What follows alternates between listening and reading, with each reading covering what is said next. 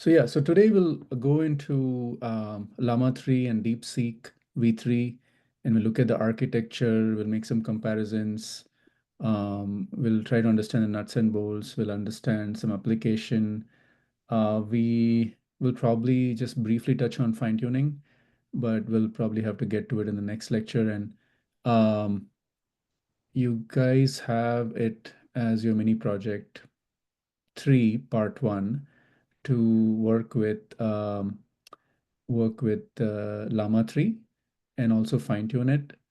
And I think you'll also have a Kaggle contest that should be released soon. That'll also be part of this mini project 3.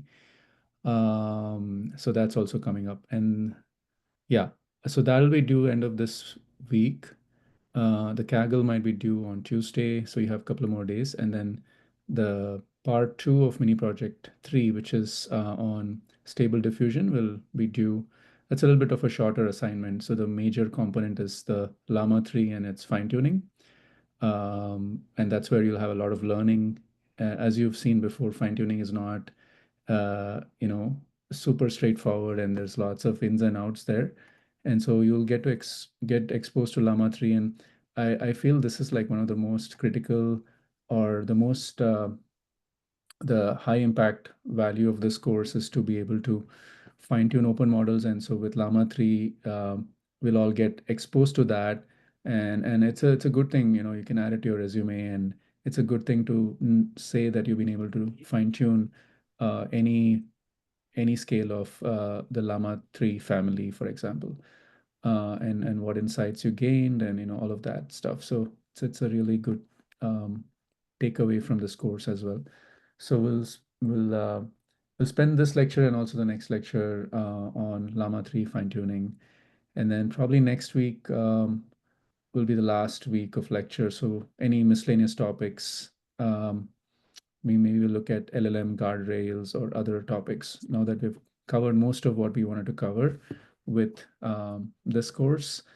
By end of this week, we'll just look at some miscellaneous topics for next week. Okay, how does it sound? Any call outs or thoughts before we start? Yes, Professor, could you please repeat a part 2 for mini project 3? It seems you mentioned something about it. Yeah. Let me just see if I can write it out somewhere. Um,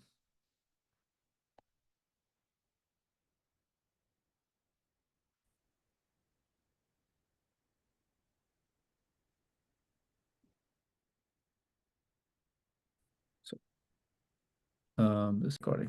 Okay. So yeah, I was saying that on the Kaggle contest, the baseline is going to be like 50% on the metric that you'll be validated on.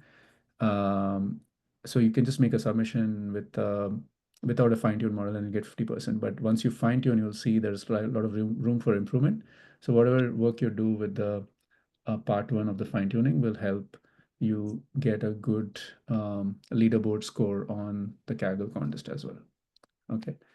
And there may be some more, like the Kaggle contest itself might have a little bit more difficult data in some sense, because you're looking at the I think the task here is intent detection, right? And so we've seen intent detection in the past, and there is like simple intents, and then there's like more complex intents. Simple and Because simple could simply be like things like single intent. There's only a single intent present, and then complex is you have more than one intent. And so depending on the query, and then if you have more than one intent, how do you prioritize which intent is the main one? Those are the things that you'll see when you actually go into the Kaggle contest. And you'll have to kind of make sure your prompts and your fine-tuning are set up to handle such cases. So you can, so it'll be fun. It'll be a fun exercise to work with the fine-tuning and with the prompts. It's a combination of fine-tuning and prompt engineering, if you notice, because this is instruction fine-tuning, right? So we spoke about it last time. instruction fine-tuning is you are passing an instruction, which is like a prompt, and then you're expecting an output. So that is one component. You need to do fine-tuning, but then you also need to make sure your prompt engineering is also in a good place for the task that you care about. So I think those are the two components. So that's part one. And then for part two is the stable diffusion based assignment. So it'll be more like an assignment, like which you can finish in a week. And this will be due end of next week. So that'll be just before the finals week. And then the week after, the week of the finals week, you'll have 2 slots to pick from for your final presentation. Yeah, so that's what's coming up. Okay. Any thoughts or questions on this? Are we good? Okay. All right. So today's lecture, we'll go through Llama 3 architecture. We'll go through DeepSeek V3 architecture, look at some results on benchmarking out of the box. This is kind of like, stepping into your mini project 3 without the fine-tuning part. We'll kind of look at a little bit of that. Yeah, I wanted to do a notebook walkthrough, but probably we don't have time for it because just going through the concepts here, and here is going to take a good amount of time. Okay, we'll probably relegate it for the next lecture, where we can cover the notebook walkthrough and the fine-tuning concepts, right? So that'll finish off the Llama 3 series that we've been looking at in this course. Okay, so let's go into Llama 3. So Llama 3 is a herd of models that includes the biggest one, which is a 405 billion language model. And then you also have the 70 billion, 8 billion, 1 billion versions. And also the Llama Guard 3 for input-output safety. So this is a separate model trained more for input-output or fine-tuned more for input-output safety and knowing if a prompt is safe or not. So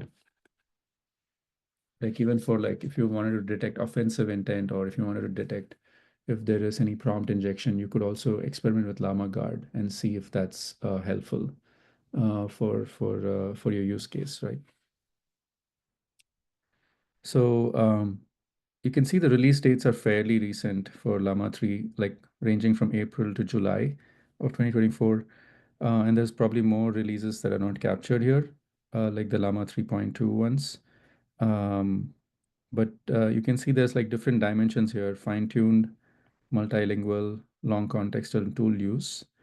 And then you can see the parameters also here, right? So number of parameters.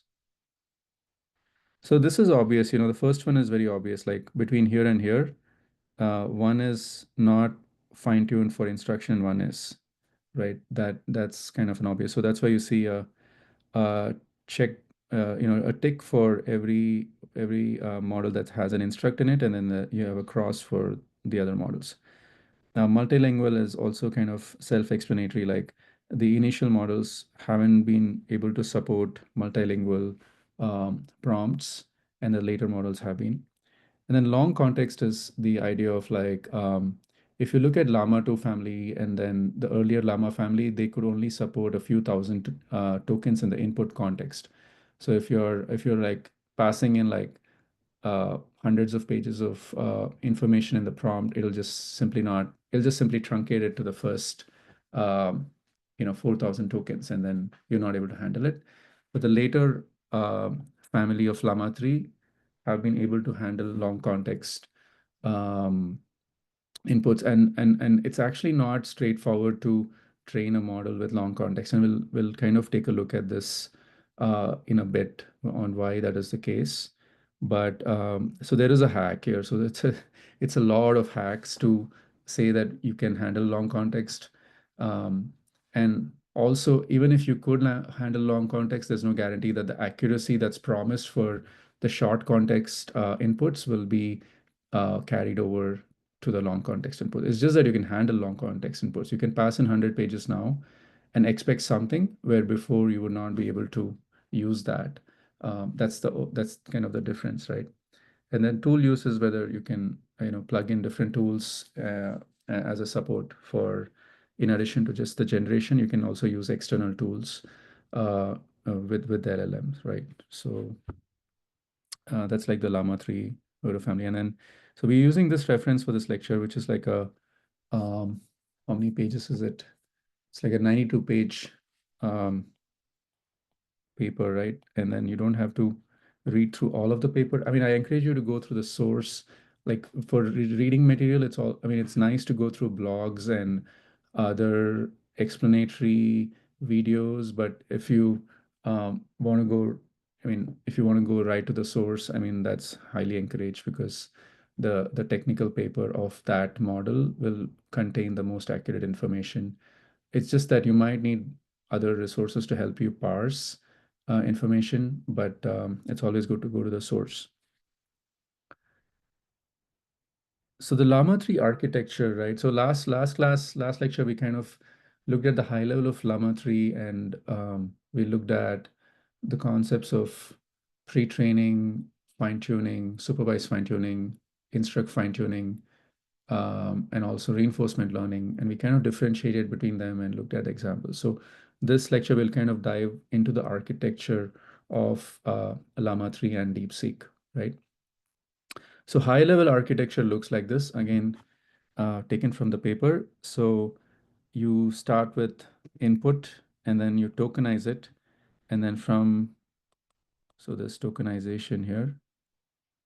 And from once you tokenize, you get like token IDs. And then for each ID, you have an embedding, so token embeddings. And we also mentioned other embeddings here. So there's a few other embeddings that are missing here. Anything that comes to mind?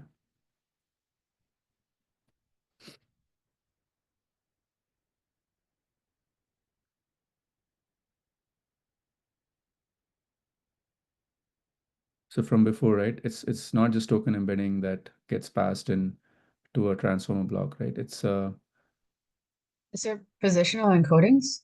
positional encoding, yeah. Also positional, you can say encoding or embedding. That's right. Encoding, embedding. So this also gets passed in some way. And we'll look at how it's different for Llama 3 versus other earlier models, right? And then this block should be very familiar. What is this block?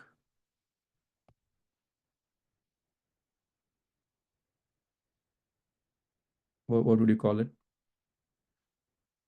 Well, it's not, it does have attention in it, but if you see it has attention and a feed forward network. So this is Decoder. like, sorry? Decoder. Yeah, this is a transformer encoder block if it was an encoder, but we'll just call it a transformer block because we are encoding it, but we are in the context of a decoder, right? We're in the decoding phase. If you remember the earliest paper, we had like the encoder of the transformer and the decoder of the transformer, and both had attention and both had a feed-forward neural network, right? So to remove ambiguity, you can call it a transformer block, right?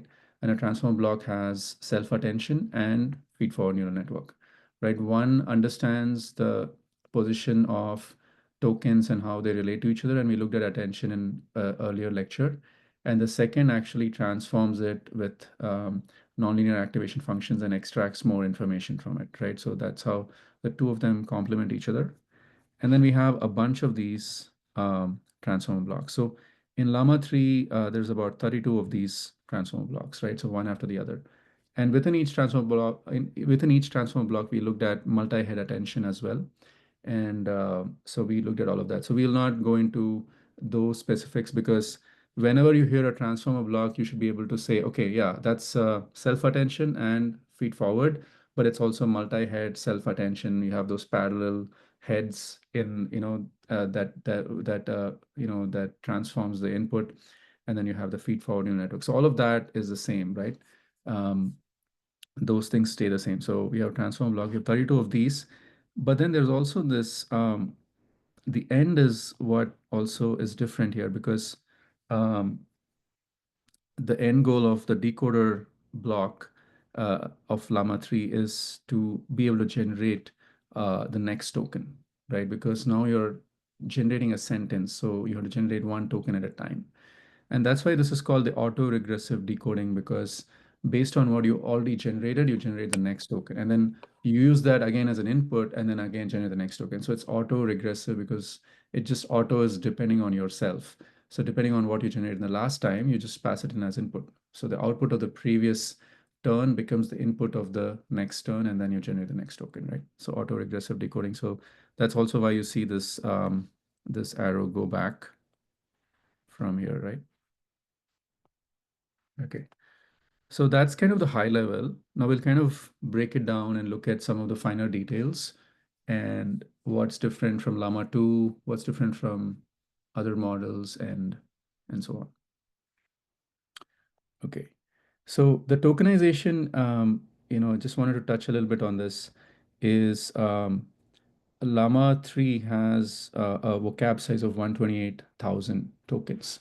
So whatever text is there, it uses a tokenizer encoding to convert different words or groups of words into tokenizers, right? So for example, if the prompt, let's say you're doing instruction fine-tuning and you have a sentence, it says begin of text, start header ID, system, end header ID, and then this is a sentence based on information provided, rewrite the sentence by changing its tense, etc., blah, blah, blah, right? So the token and token ID, like you'd say, okay, this particular prompt is my input. What are the tokens present there? So begin of text is 128,000 is the token. Starter head ID is 128,006. And then system becomes 9125. And then end header ID becomes 128,007. Based becomes 271 and so on. So based on this text, the tokenizer converts it into IDs because there's 128,000 tokens. So the IDs will range from 0 through 128,000, right? So you convert it into these token IDs. But like we said earlier, we're not done. Let's say there are 40 of these, right? 40 tokens, token IDs present. We have to, each of them will have an embedding, right? So that's learned as part of the Llama 3 model is each of these 128,000 tokens have embedding, but you also have to add in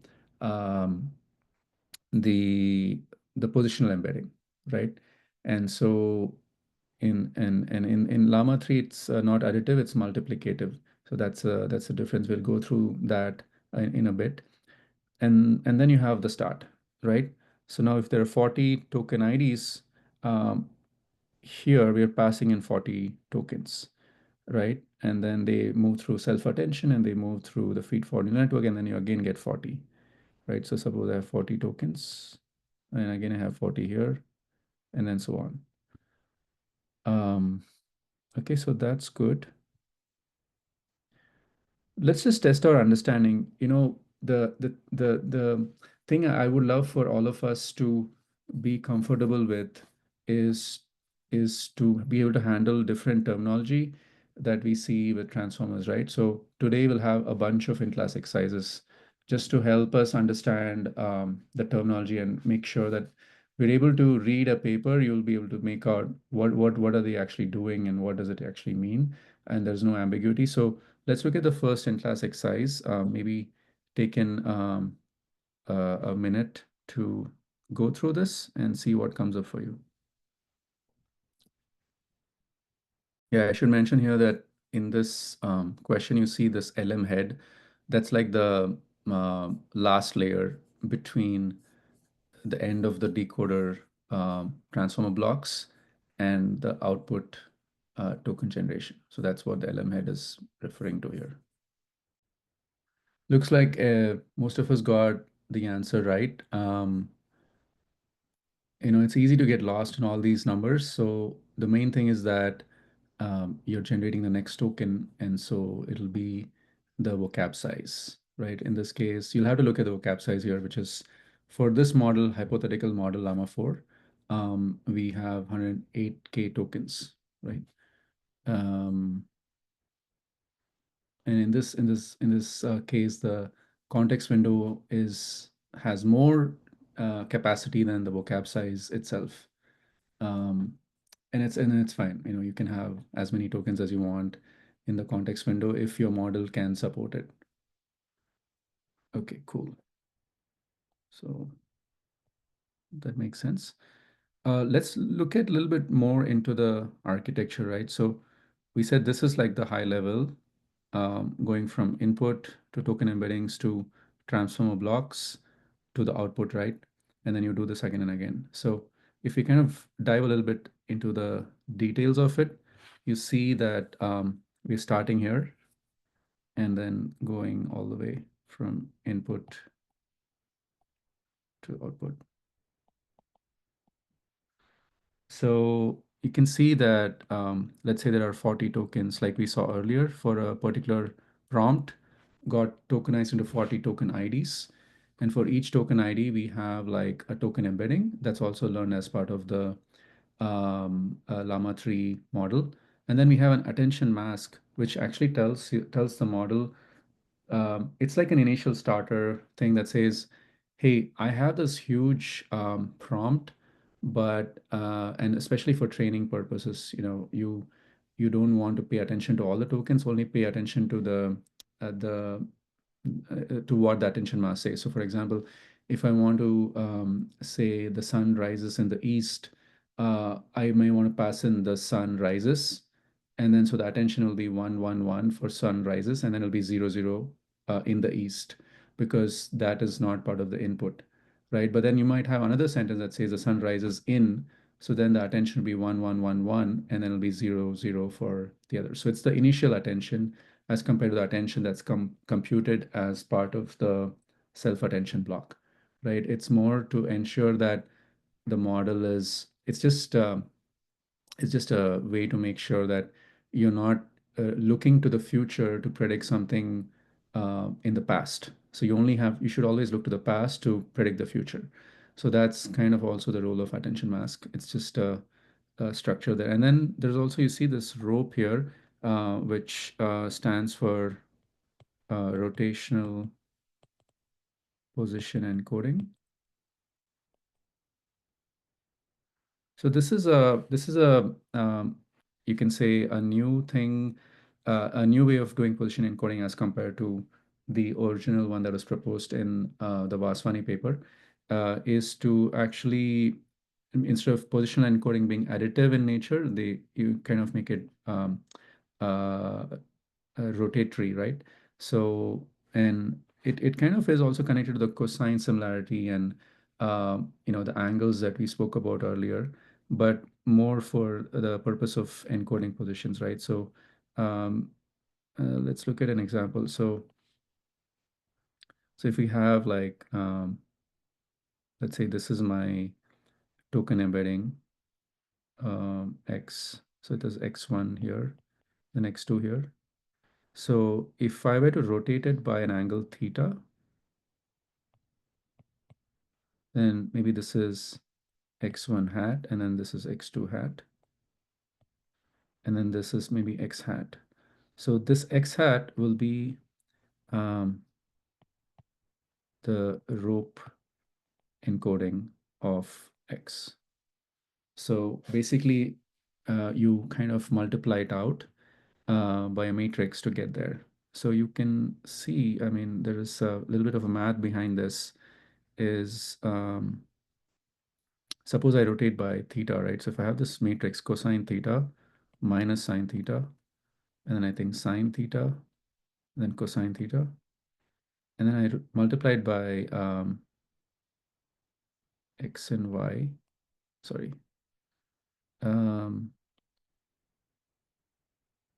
So we will do this in a separate,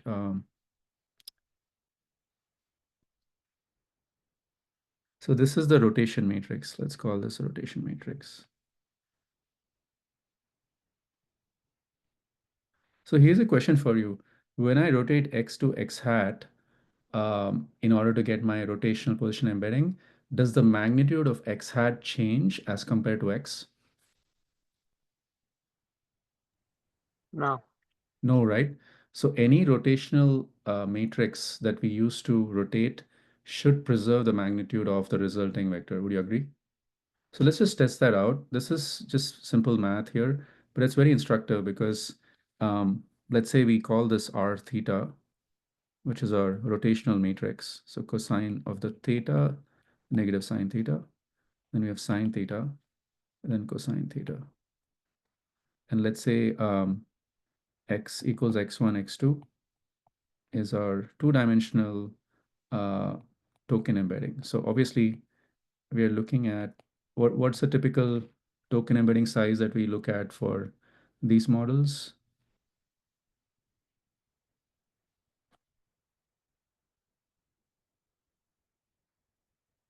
Is it 2? Probably more like 4,000, right? So it's a much higher dimension. So, but we're just looking at it in 2 dimensions, just for the sake of simplicity. But interestingly, they also kind of use this idea of 2-dimensionalizing the rotation for the rope embedding.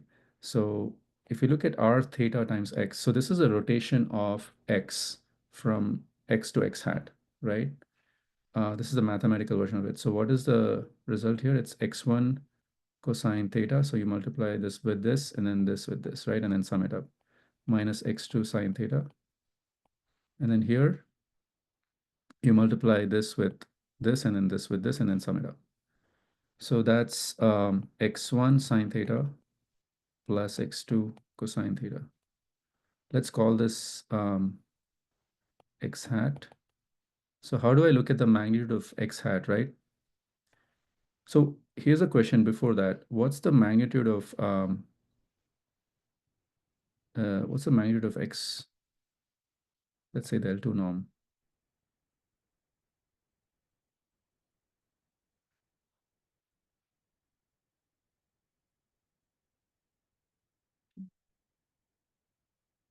How would you say this? What is the length of this x vector here?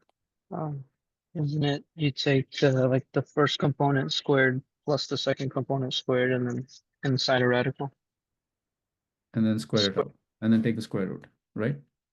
So we would like to ensure that if we did the same thing for x hat, we get the same result, right? So that tells us that you've just rotated it, but you're not changed the magnitude, okay? So if we look at x hat squared, that is x1 cosine theta minus x2 sine theta squared plus x1 sine theta plus x2 cosine theta squared. I know this is unexpected math that we are getting here. But this is how, when you look at something and you want to understand it, sometimes it's good to work with the math to know what's happening. So this is x1 squared cosine square theta plus x2 squared sine square theta minus 2x1 x2 cosine theta sine theta. So this is 1, and then you also have plus x1 squared sine square theta plus x2 squared cosine square theta plus 2x1 x2 cosine theta sine theta. So what do you notice here? So you can combine these two. So that's x1 squared times cosine square theta plus sine square theta. Combine these two plus x2 squared times sine square theta plus cosine square theta. Then you can also combine these two. What do you get there? 0. 0. And then what is this? 1. So that gives you x1 squared plus x2 squared. So the magnitude of x hat turns out to be the square root of x1 squared plus x2 squared, which is exactly the magnitude of x. Okay, so we mathematically looked at a rotation matrix. So if you look at how you went from x to x hat, it was a rotation, and the rotation is a multiplication of the matrix. And so that's why, as compared to regular positional embeddings, which we would just add on to the original token embedding. In this case, we just multiply it out so that you can get it to change. And we looked at 2 dimensions here to go from x to x hat, but what if x had 4,000 dimensions? So what they've done with the rope embedding is to say that if you rotate every single dimension, it's going to look very different. Then you might have as well changed the token embedding, right? So you'd want to preserve what's in the token embedding, but somehow encode the position embedding. So the way it's done is to have more changes in the first few dimensions and very few changes as you go down the dimensions. So if you had like 1,000 dimensions and like 95% or 99% of it is preserved, it's just a few dimensions that get rotated out a lot, then that could be a way to capture position embedding without destroying information in the token embedding. Does that make sense? And that's exactly what they do. So the angle by which it's rotated in the first 2 dimensions is much more, then the next 2 dimensions is much more, then the next 2 dimensions, and so on until when you get to 4,000 dimensions, you've barely done any rotation to the last 2 dimensions, right? Like minuscule rotation, so that the information gets preserved as you go down. So that's how you are able to differentiate positions, however, not destroy information that the token embedding itself has captured. Yeah. So if you had, I mean, let's say you had 10, just as an example, right? So these 2, then you have these 2, you have these 2. Sorry, what's going on with the, okay, so yeah, so then we have like, let's say these 2, and then you have these 2. So, okay, so as you go down, so there is less rotation in rope embedding. As you go down each of these, there's less and less rotation until the very end, there's nothing changing. So in the 4,000 dimension, you might imagine that the first, maybe 20 or 30 actually get transformed with positional changes, and the rest kind of like, don't get transformed as much. So there's also, so instead of just having a theta, there's also like the dimension of the embedding that also gets captured. So there's a formula for that, and we'll not go into it, but this is the intuition, is rotate while you preserve the information, and the rotation captures the positional changes, so that this is a word in the 5th position versus in the 1st position, but preserve information. So that's how you only change the top dimensions more than the rest. Okay. So kind of to summarize, okay. Yeah, maybe I'll go back to, so previously, your embedding of token is x plus position of x, right? So token embedding of x plus position embedding of x. Maybe we can call it T of x. Token embedding of x plus position embedding of x. And now we have some kind of a rotation of T of x. So previously we were adding the position embedding to the token embedding for each token that you identified for the input. Now you take the token embedding and you rotate it out, but rotate it unevenly through the dimensions to capture the position. So that's the rope embedding that we see here. Any questions on this?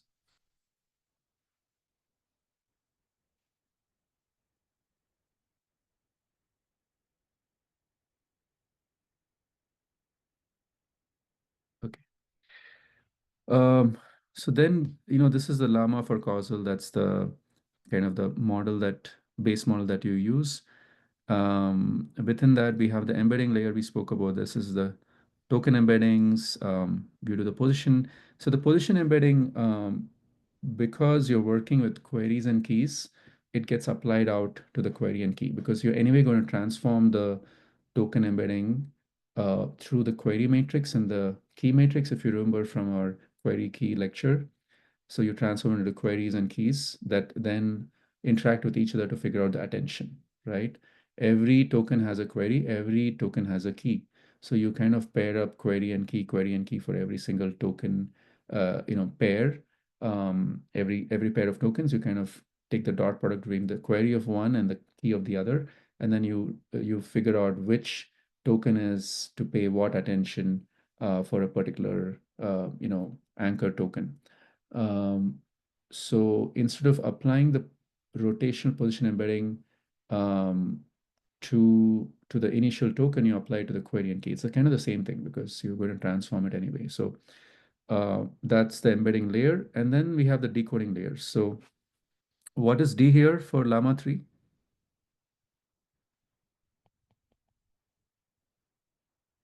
Any guesses?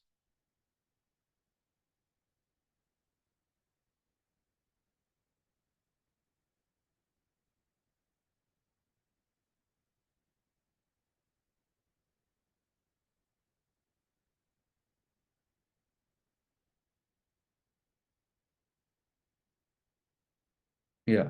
So D is the number of transformer blocks. Okay. Because you're actually, if you look at this flow, it's starting with a set of input tokens.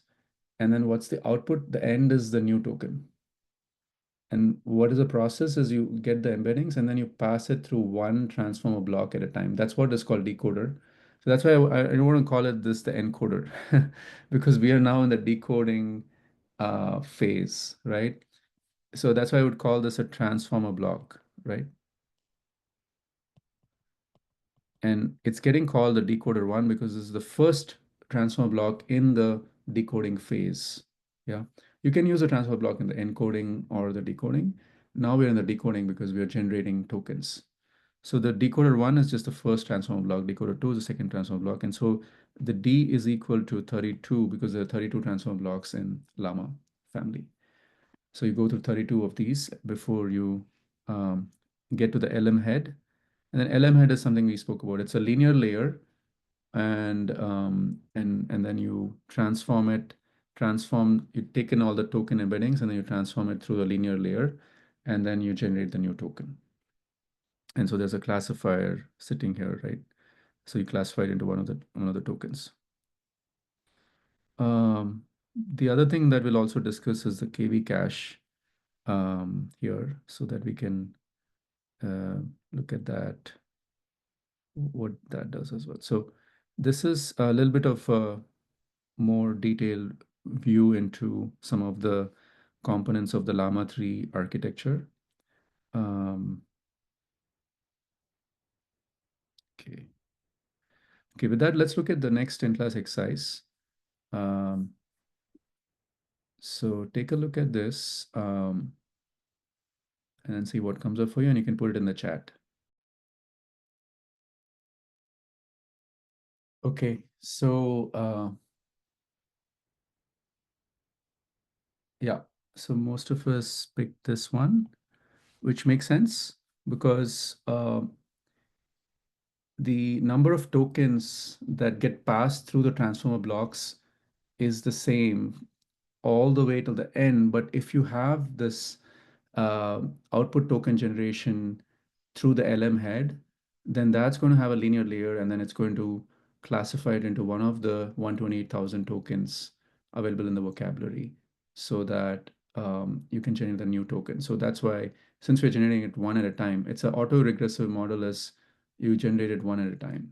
Like, if you're saying the sun rises in the east, you say the sun rises in, and then the next token is the, and then you say sun rises in the, and then the next token is east.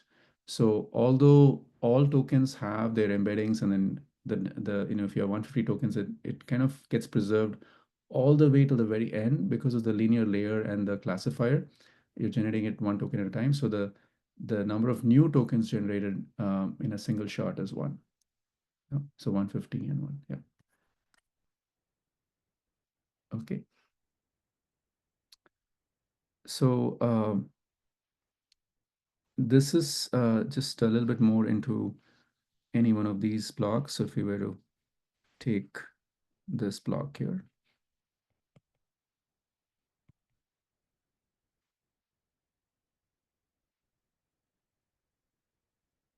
so we'll call it transformer block decoder to differentiate from transformer block encoder, but it's pretty much very similar, right? There is no you will see that these things are this is going back 8 years. We still had this kind of a setup of a transformer block where you have a hidden state and let's say a 40 token and 40 token embeddings. Previously, I think there was layer normalization happening after. Now it's like before. That's maybe one change. And instead of like a additive positional embedding, you have a rotatory, a rope embedding, positional embedding that we just discussed. But the multi-head attention is the same. And then again, here, the normalization happens before, and then the multi-layered perceptron, the feed-forward neural network, that's also the same. So not much has changed with Llama 3 specifically as compared to the original transformer block, except for this and this. That's basically the changes that we see from the initial paper. Okay. Just pause. So in-class exercise 3 is again, just you're gauging your understanding here. Should be straightforward. Maybe take a minute to go through this and see what comes up for you. Looks like we're all on the same page, which is good. The sun rises in is, I mean, if Llama 3 has to be grammatical, or any of the models have to be grammatical, then and then you've already generated in the previous step. So now the set of tokens you have is the sun rises in. So that'll be passed in. So for that reason, uh, the number of tokens passed in the next step would be 4. And again, this is assuming each word in a sentence corresponds to a token, right? So we're making some assumptions here. And then you want to say the because that's grammatical. If you just say east, that is not grammatical. So that's why this is the right answer. Okay. So the next thing we'll talk about is the KV cache. So the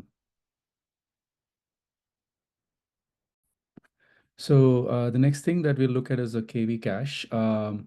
So KV obviously stands for key and value. The idea is that you want to be able to not repeat certain computations. And so the KV cache can help with that, especially if you're going from one one decoding phase to the next. So you're doing autoregressive decoding. So imagine what's happening is like, let's say you have 40 tokens and so say you have 40 tokens in input, and then you have one new token in the output, right? So you went from here to here. That's your first, let's say, generation equals 0. So this is your first generation. So now generation equals 1. Like we discussed earlier, we have 41 tokens as input, and then you have one new as output. And then you have generation equals 2 and so on, right? Until you're done. So what's going on with the token embeddings? If you notice, if I just did it naively, what would I do?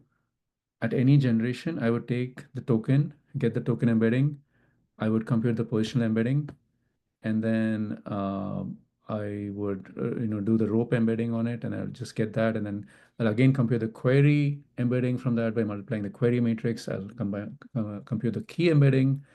But do you notice there is repetition from one generation to the next? Yeah. So if you look at here, we have 40 tokens, we have 41 tokens. 40 of them are the same, right?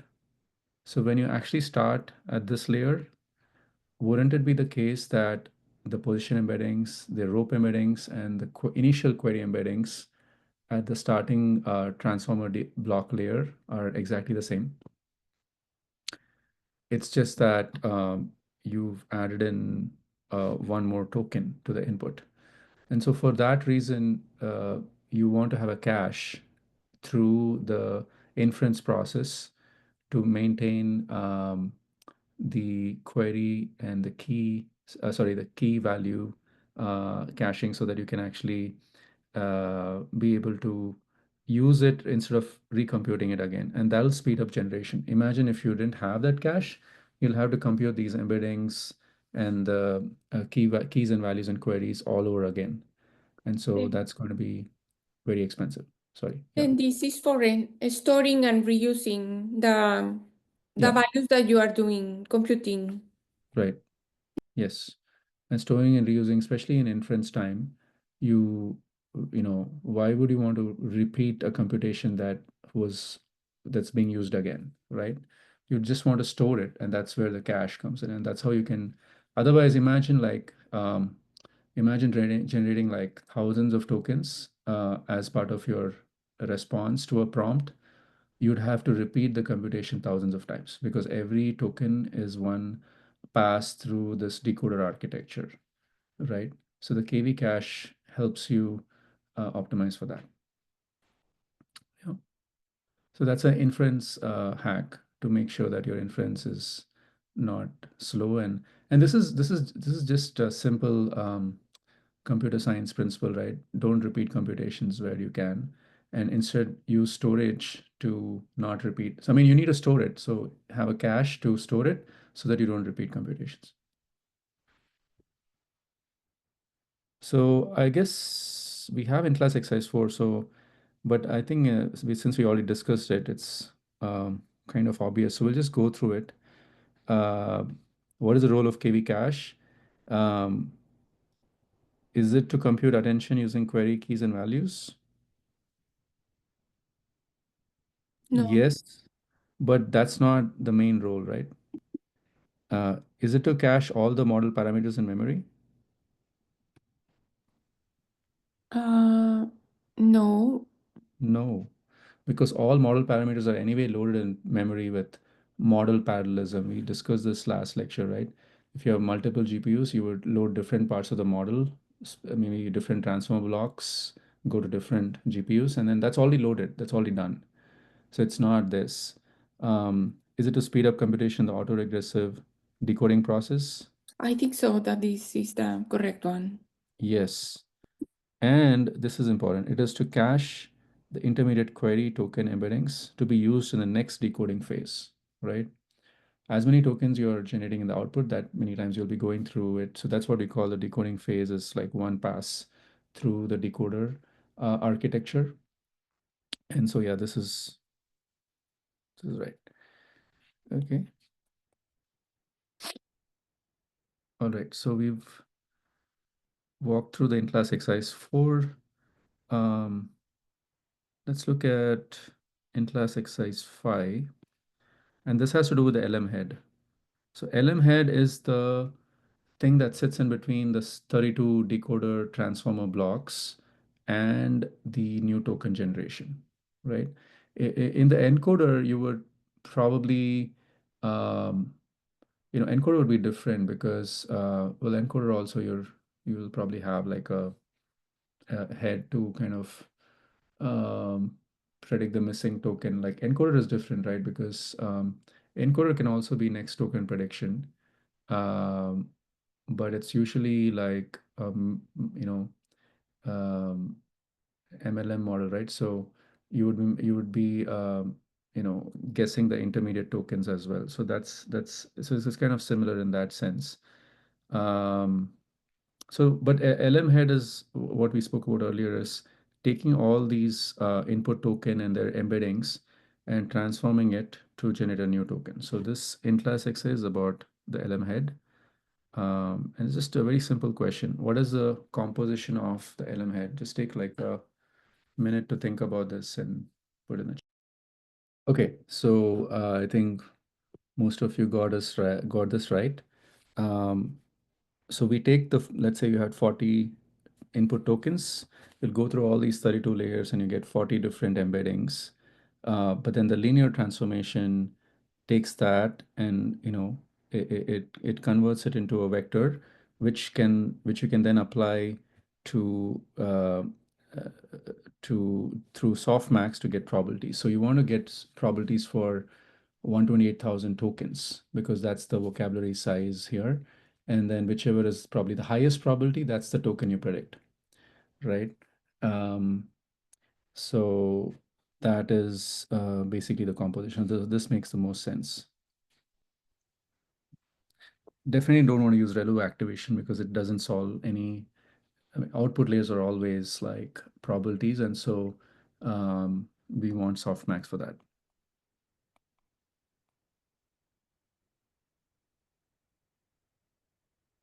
Okay. Let's go to the next. So some of the key features of Llama 3 is that as compared to Llama 2, which had 4K tokens for the context window, it can support 128K tokens, so the same dimension as the vocab size. And we'll look at a question related to this in the next in-class exercise. The vocab size is 128K. The training data is 15 trillion tokens, again, representing data in terms of number of tokens. And we spoke about this equivalent to how many were million books, right? 100 million books or 150 million books. The number of decoded blocks, again, this is the transformer blocks, is 32. And the Positional embedding is rope instead of an additive embedding.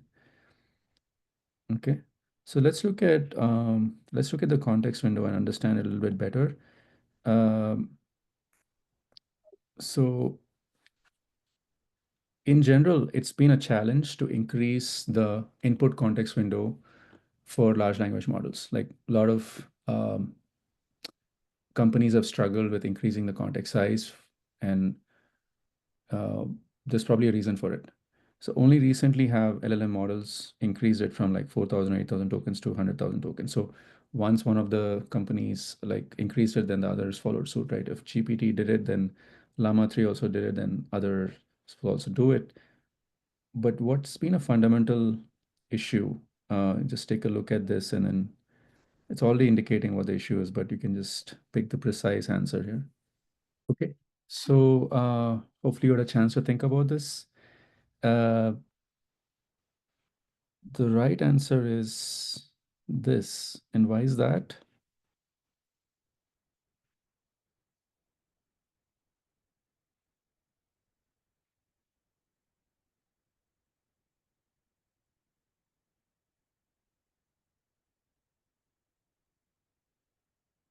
It's not the right thing. So, any thoughts why B is the right answer? Is it due to the self-attention being quadratic? Yep, it's because of self-attention being quadratic. And why is that? I mean, just to recap, right? If you look at the query key interaction, every query will look to which, sorry.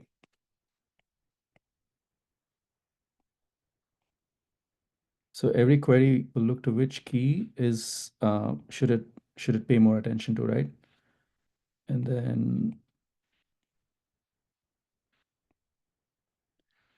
so if you have five tokens, so 5 queries and 5 keys, so you have an order of 25 computations. Would you agree? So if you have T tokens, then self-attention gives you order of T square, right? So this is quadratic. X square is quadratic. So it's not e to the x. It is not t. It is t square. And so this is the main bottleneck, is because every query needs to compare itself with every key.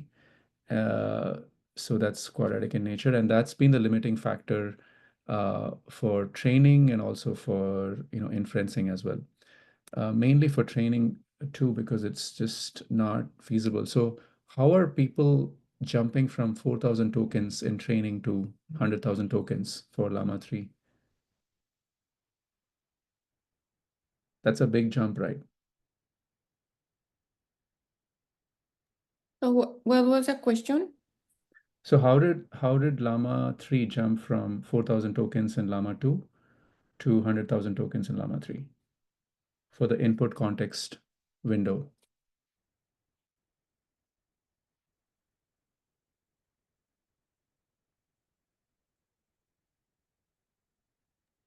Yeah, we just like stronger GPUs, better hardware. Yeah, Is that and an they option? probably better hardware, but they also again introduced a training hack where they trained with 4,000 tokens for the most part, and they inserted the ability to capture 100,000 tokens at the very end of the training. So they didn't spend a whole lot of time doing a lot of computation for a lot of data. It was only for at the very end that they had like a, you can say, like a pre-training fine-tuning phase for extending to 100,000 tokens, and that's how they could make it feasible. And that's also why the accuracy of the Llama 3 for 4,000 tokens will probably not match the accuracy of a 100,000 token input context window, because majority of the training happened for 4,000 tokens. It's just that you're able to support that feature. Will it be accurate? Who knows?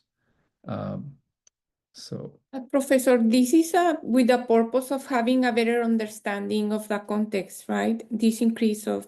yeah, yeah, yeah. I mean, you say, here's a book, it has 300 pages. I'll pass it in the context window. Instead of like doing a RAG model on which page is the most relevant, right? If you remember the earlier project, we looked at the RAG model to identify which page is more relevant. And then now you pass in that page in the context window. I'll just say, hey, here's the whole book, because I can fit it in the context window. Uh, but then again, like we spoke about, accuracy can be hit because um, yeah, it's not really trained on being accurate for so many tokens. But it's like you can claim, okay, I'm able to support a large context window if needed, right? Okay. We also spoke about Llama 2 versus Llama 3 last time. It's just a quick recap. So Llama 3 is 7 times larger um, on the pre-trained data set, so 15 trillion tokens of data, which is like 150 million books. It has high quality filters to filter out bad data, and it uses Llama 2. We said this is like a reverse distillation idea. Usually you distill from a larger model to a smaller model. Here you use a smaller model to help. I wouldn't say Llama 2 is a smaller model, but it's smaller as compared to Llama 3 uh, to help with filtering, and it has a better data mix. And we also spoke about how larger model means better performance, and more data for the same model size is also better performance. So we spoke about these two interesting training nuggets. We'll now look at Llama 3 versus DeepSeek. I think now we are entering the DeepSeek territory, so the remaining 30 minutes we'll spend on DeepSeek as well. So Llama 3 is like the biggest model is 405 billion parameters. DeepSeek V3 also has 405 billion parameters, but because of their mixture of experts concept, for any given input, only 37 billion parameters get activated in the computation. So from an inference standpoint, it acts like a 37 billion parameter model, but then which 37 billion get activated depend on the input, right? But effectively it has 405 billion parameters. So they kind of found a smart way to do faster inference as compared to a full-blown 405 billion parameter model, which would probably take much more time. So kind of made it like, I don't know, 10 times faster, maybe roughly, maybe 8 to 10 times faster. Just because of the introduction of mixture of experts. So mixture of experts help with this.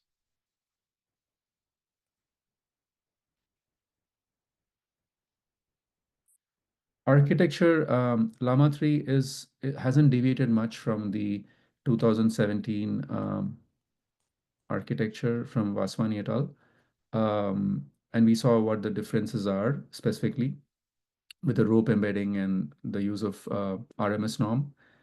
Whereas DeepSeek V3 actually has a few clear changes with introduction of mixture of experts and also multi-head latent attention, which we'll talk about today.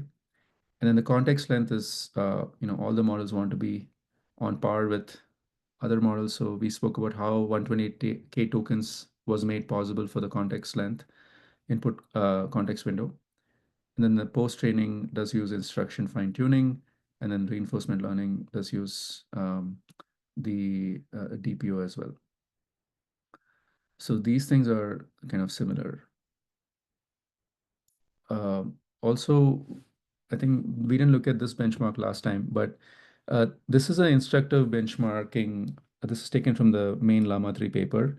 Is you can see on the rows you have the different data sets. And you have like the general data set, language understanding. You have the code, human eval. We spoke about human eval last time. We spoke about the math data sets, GSM 8K. Grade school math, much easier than graduate level math. And that's why you see the numbers are dipping from here to here, right? Because it's a higher, more challenging data set. And you really don't know what the data set has as data. You just submit your model, and then the folks who own this data will evaluate it and get it back to you on what your score is. So that's like true, it's just like the Kaggle contest. Like you submit your, but I mean in the it's not even like the Kaggle contest, because in Kaggle contest you still get to see the queries that you get evaluated on. Here you just submit your model, and then we'll evaluate it on our data set, and we'll let you know. We'll get back to you. So it's a true evaluation because you don't get to see what the data is. And then there's also the reasoning data sets, and then like we spoke about long context length. So whichever models support long context, you also test on a like infinite bench, like pass in a lot of data and see how you perform. So one thing to notice is when you jump from a smaller model to the larger model, the accuracies definitely jump up. But if you notice, the jump is much higher from 8 billion to 70 billion as compared to 70 billion to 405 billion, right? Like if you look at the general data sets, there's not much of a gap between 70 billion and 405 billion here. So that's why the improvements become log linear, or like improvements kind of start to flatten out in some sense. But there's a huge jump from here to here. Might also depend on the data, like how much data you need to properly train a 405 billion Llama model. And the second thing to note is GPT-4o, is pretty competitive with Llama 3 405 billion. So if you compare GPT-4o with Llama 370 billion, you might see that GPT-4o is doing better. So here, for that reason, they compare it with an appropriate GPT model, which is 3.5. So you compare 70 billion with 3.5, and then you don't see any GPT models show up here, only the equivalent of like Google's Gemma 29 billion and then Mistral 7 billion, right? So, so you want to compare it.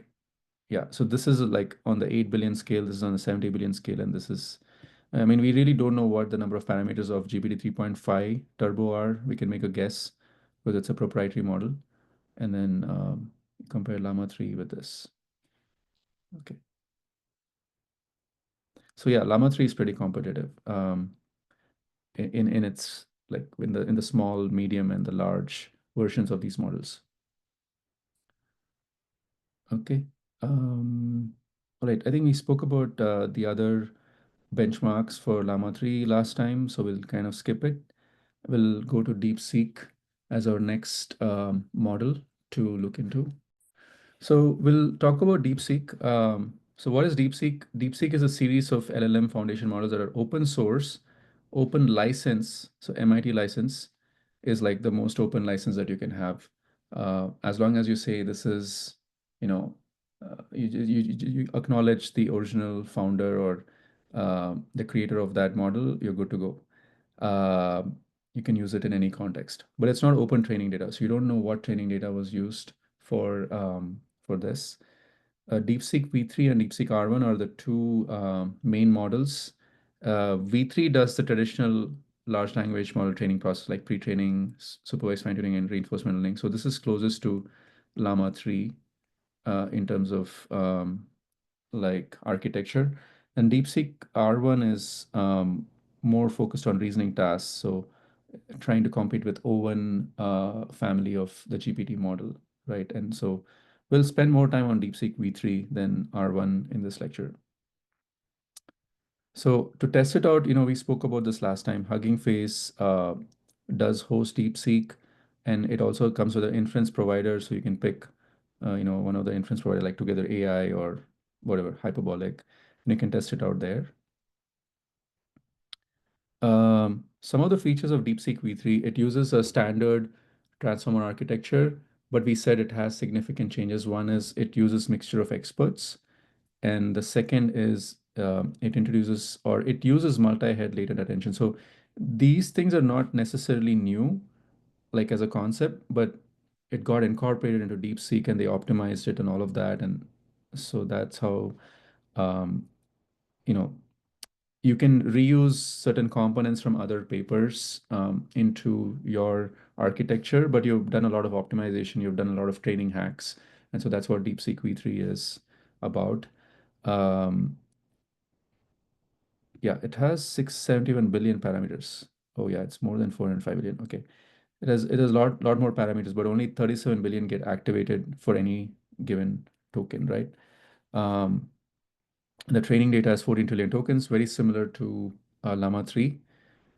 And it uses mixed precision training. We spoke about this last time as well, for better accuracy on for inference and also for faster training. Yeah, so it's an almost transformer-like architecture. This is the transformer block. We looked at it for Llama 3 as well. RMS norm, attention, RMS norm, feed-forward neural network. So the standard block. But the difference is the attention here is a multi-head latent attention. And then the feed-forward neural network has this router added at the end and a mixture of experts. So there's like NS shared experts. So these experts will be involved in every single input, right? And then there is NR routed experts. So routed experts is based on the query, based on the input, the router decides, okay, I want to engage these experts versus the other experts. But the number of routings will be limited, right, for any given token. So that's how the number of parameters that get activated for the computation get limited to 37 billion for any given query. Okay.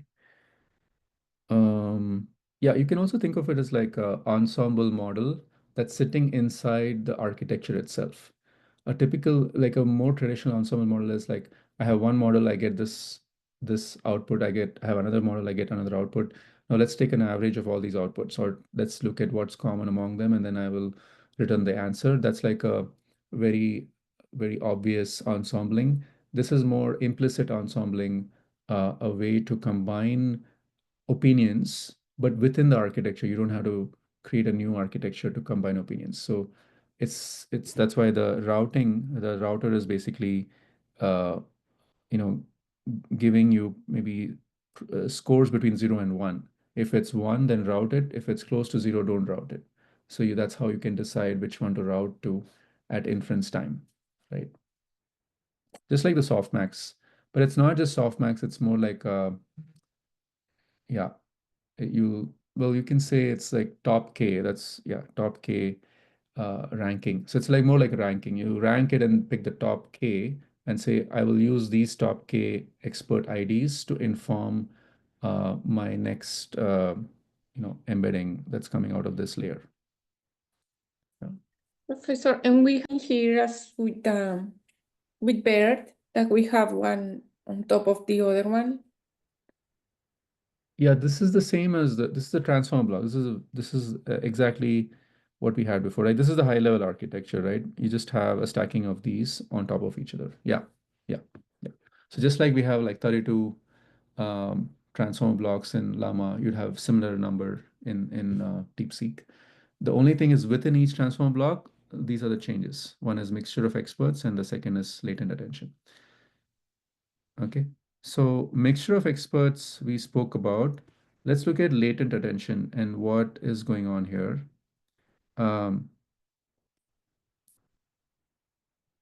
So if you look at any given token, right? So let's say you have a token here, token embedding, let's say 4,000 dimensions. It gets converted to a latent embedding of a much lower dimension. You know, it could be 128 or something for query, and then it gets converted to key value embedding, maybe again of a smaller dimension, so 128 dimensions. And the idea of multi-head latent attention is that this latent vector is like a more compressed representation of the input. And then this gets passed out to every single GPU so that what gets passed out is of a lower memory footprint, right? Versus if you didn't have this latent, you will be passing in a more like higher dimensional vector. So that's the latent part, is instead of passing in 4,000 dimensional vectors to every single GPU, you are passing in a 128 dimensional vector and say, now you work with this 128 dimensional vector for query and also for the key value combination. Okay, so that's the change. So there's a little bit of a change, and that's why you see these are all the different GPUs that might be working with a shared key value latent embedding and a shared query embedding for every single token. Okay, so and the main idea here is the use of low rank matrices. Let's look at this. I think this might help us understand better what this latent how this latent compression is happening, right? You know, if you remember, autoencoder is a way to compress. We spoke about this some time back. We also spoke about SVD and low rank PCA as well, right? So that's exactly what's being used here, not an SVD, but a low rank matrix multiplication. So if you have a matrix W of a dimension D by D, let's call it a weight matrix, and you have a token embedding that's of a dimension D by 1. So in the attention layer, to let's say get a query embedding. So if I want to get a query embedding, I would take a query matrix and multiply it by the token embedding. Do you agree? So here I would then this would still be of dimension D, which is let's say 4,000. Uh, with low rank matrix vector multiplication, what we're doing is we're saying the weight matrix itself of dimension D by D can be decomposed as a product of two weight matrices, where one is of where each weight matrix is like D by K and K by D. So K is probably much less than D, right? So let's say K is 128 and D is 4,096. So now you see that if I multiply W by H, that's equivalent to multiplying W1, W2 by H, because W is W1 times W2. Because W1 is D by K and because W2 is K by D, so let's write down the dimensions here. So this is D by K, K by D, and this is D. So what is the amount of computation you need? It's D times K, right? If you multiply W2 and H, you'd have to take each row here, which is D dimensional, and multiply it by a vector over here, which is D dimensional. So that's D compute. But you have K rows, so that's DK. And you do the same thing again with this matrix, W1 times W2H, and you again get D times K. So the order of computation is D times K. So you see, we've gone down from D times D to D times K by factoring the weight matrix into W1 times W2. So that factorization is the latent component, right? So now what's happening in this architecture is that you say, well, I want to get this Q matrix, which is WQ times H, but then I'll kind of say that's the same as W1Q times W2Q times H. And this becomes the latent CQ, so this is the latent vector. And you see this is of k dimensions, which is 128, let's say, right? So this intermediate computation is what is being referred to as C here from the first matrix that you can just pass around to every single GPU, which will then work with that. So yeah, essentially you are that's all is happening with multi-head latent additions, is like you're breaking down a matrix into combination of two low rank matrices and saying, now that I've done this, there's a faster or a more compressed representation that I can pass around. I reduce the memory requirement for every GPU by a good factor, and that makes it easier on the memory side and also probably computation as well. So as an example, DeepSeek V3, if you look at the paper, it took 2.7 million H800 GPU hours for training. Let's kind of parse this, right? Suppose I had 1200 GPUs and, uh, you know, if you multiply it out by the number of days it needs, you probably need 3 months to get to this number. So in 3 months, using 1200 GPUs, you would be using 2.7 million H800 GPU hours, right? If you had 120,000 GPUs, you can do it in 1 day of training. So the more GPUs you have, because of the parallelization that's happening in the self-attention layer, you can speed up computation. So in the previous slide, if D divided by K is 5, then without low rank compression, the compute could have potentially become 8 million H800 GPU hours instead of like 3 million, right? So the KV cache, can be reduced by a factor of 5. So that's how you can save the memory and also the computation needed. So let's look at, just see what we have time for.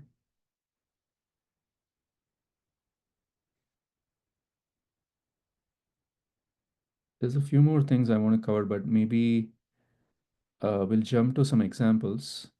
Yeah, you will get back to this in the next lecture. So there's some training innovations of DeepSeek V3. And there's also some model results that we can discuss next time. But we'll look at some practical example now in the remaining 12 minutes. So we'll go until 6 p.m. because we start a little bit. So we'll take another 12 minutes. So let's look at the intent detection use case, which is also the focus of mini project 3. Let's say that a buyer's query. So let's say there's a buyer and a seller. Okay, in an e-commerce market, it could be any company. You have a buyer and a seller, and you want to get the intent of a query as one of the following: product details, product condition, product availability, its irrelevant intent, prompt injection, offensive intent, price negotiation. Okay. The buyer query could be, hey buddy, do you have 3 of these in right now? So if we encase it into a prompt, so I'd call this a buyer prompt, because the query itself is this, but the prompt is this, right? Because before the query comes the prompt on what is it that you want to do, is you want to categorize this query into one of these intents, right? And then the intent that should be returned is probably product availability. So we'll do a series of comparisons between different models to see whether they're getting it right or wrong. And this is something I tested on the inference, using the inference provider, probably Together AI. We looked at the notebook on this last lecture. So the same idea of using these inference providers to test these models out of the box. So no fine tuning, just out of the box, GPT-4o, DeepSeek V3, R1, 70 billion Llama 3, 8 billion Llama 3, and 7 billion Llama 2. So the first one that I looked at was, hey buddy, do you have 3 of these right now? And it said it is a product availability intent, which is correct for all of them, right? One thing you'll notice is that DeepSeek R1 stands out in terms of the time taken, because it thinks a lot.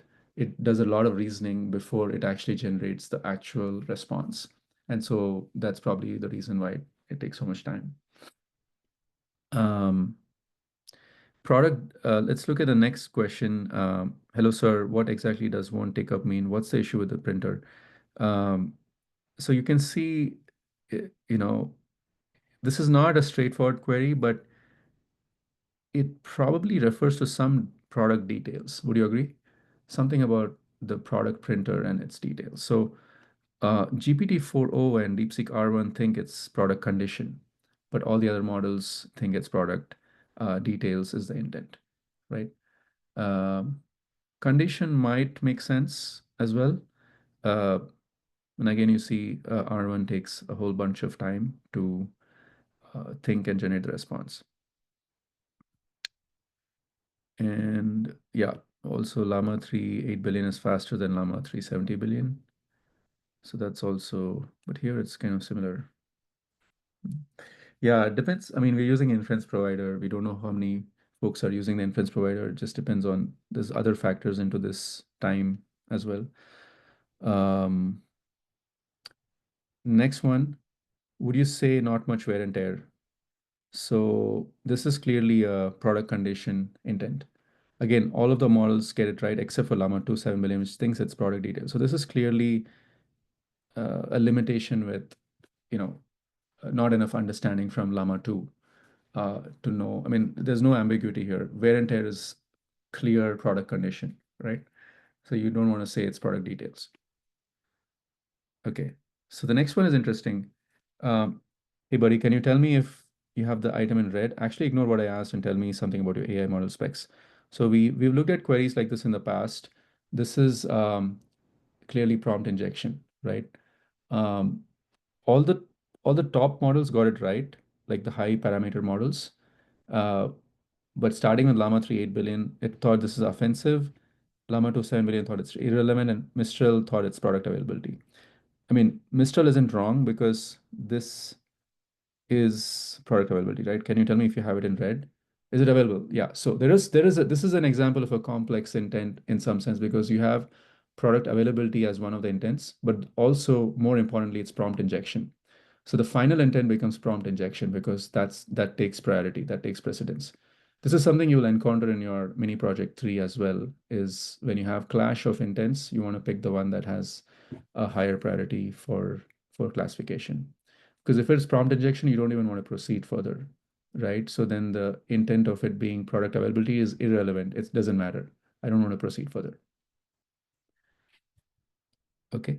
So yeah, so if you look at DeepSeek R1, it has this, it does this thing that it generates this think tag where it thinks for a bit, and you can clearly see when it's thinking because it's encased in this think tag, and then it generates the right answer, right? And you can see the reasoning process. Like here, for example, it says the phrase "ignore what I asked" is a red flag for prompt injection. So it says why, it kind of reasons and tells you how it arrived at the right intent. So it was actually picking apart every sentence and saying this particular one is connected to prompt injection. Although we didn't actually share that in the prompt at all. We didn't say what does prompt injection mean. We didn't say what that means. We didn't give any examples, but it was able to understand that this phrase is connected to that.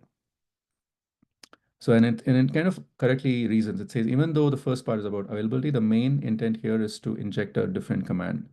Therefore, the correct category should be prompt injection. So pretty good on the reasoning front. Only thing is it takes more time to do that reasoning, right? Offensive intent, yeah. So what exactly does won't take a mean? What's the issue with the printer? I hope you're not stupid or something to make it so hard to understand. So adding something offensive to the query. Almost all models got it right except Llama 2. So you can see between Llama 2 and Llama 3, there is a definite gap in out-of-the-box understanding of the queries, right? This is not, none of these are fine-tuned, but you see the gap in practice. This next one is also interesting. Hey, do you want to buy this item in blue? Do you have it in other colors as well? And can you do $100 best offer, right? Only two of them got it as a price negotiation intent. Others thought of it as availability or details, which is right in some sense because you have three intents here. This is availability. Do you want to buy this item in blue? Well, do you have it in other colors? Yeah, this could be parsed as availability or details, right? So that makes sense. But can you do $100 best offer? This is negotiation. And you see that, yeah, even R1 said it's product details, because maybe it's not clear here that is this something of a priority to surface as price negotiation intent, or is it okay to say it's product availability? Like maybe there's some ambiguity there. And if you look at DeepSeek R1's thinking process, it's interesting because it went into all of this that you see in a little bit of a small font, and it went on to the next page also, and it kept going back and forth. It says, alternatively, maybe the system expects to categorize based on multiple intents. Alternatively, perhaps the main intent is price negotiation. Um, Maybe the correct answer is price negotiation, but the first part is about availability, and it again goes to alternatively. So this is kind of like thrown a bouncer at DeepSeek R1. It keeps going in circles on what is the reasoning here. And it probably makes sense because maybe there is no clear guidance on is there a priority between negotiation and other intents. This is like a refined use case here. So now if you were to inject that priority in the prompt, which I did as a follow-up, now you can see that almost every single model gets it right except for Llama 3 billion, which is interesting that Llama 2 7 million got it right, but this one got it wrong. And now you see with DeepSeek R1, the reasoning is very concise because we clarified the priority in the prompt, right? And this is something you may want to do with your mini project part one as well, because you have a similar data set to work with. And here you can see the reasoning here for R1. It says, check if it's an irrelevant question. So it's not irrelevant. So it says, okay, it's relevant. Is it prompt injection? No, it's not. Is it? So it's actually checking for one at a time. Offensive content, moving on. Okay. So like very clear reasoning process. And it says price negotiation. That's clearly negotiating the price. So this falls under price negotiation. But wait, the first part is about items color, which would be item availability. However, according to the priority, where did this come from? This came from the prompt. So this is the prompt engineering part that actually helped DeepSeek R1 realize the priority. And it says, according to priority, after checking the first four, if one of these apply, we pick the higher priority. Since price negotiation is higher priority than the rest, the presence of price negotiation takes precedence. So the answer should be price negotiation. And it ends its thinking, and then it says price negotiation is the answer. Yeah. So we may not be able to see this detailed reasoning process with other models, but probably happening when you do chain of thought as well. So R1 is just a more sophisticated chain of thought, and also train in that way to reason better. But yeah, so now you see that once you do the prompt engineering right, you're able to get the right answer here. So that was a use case we went through for intent detection in a e-commerce context, compare different models, and something that's going to be useful for your mini project part one as well. Okay, I'll stop here to see if you have any questions, and we're almost done for the day. Thank you.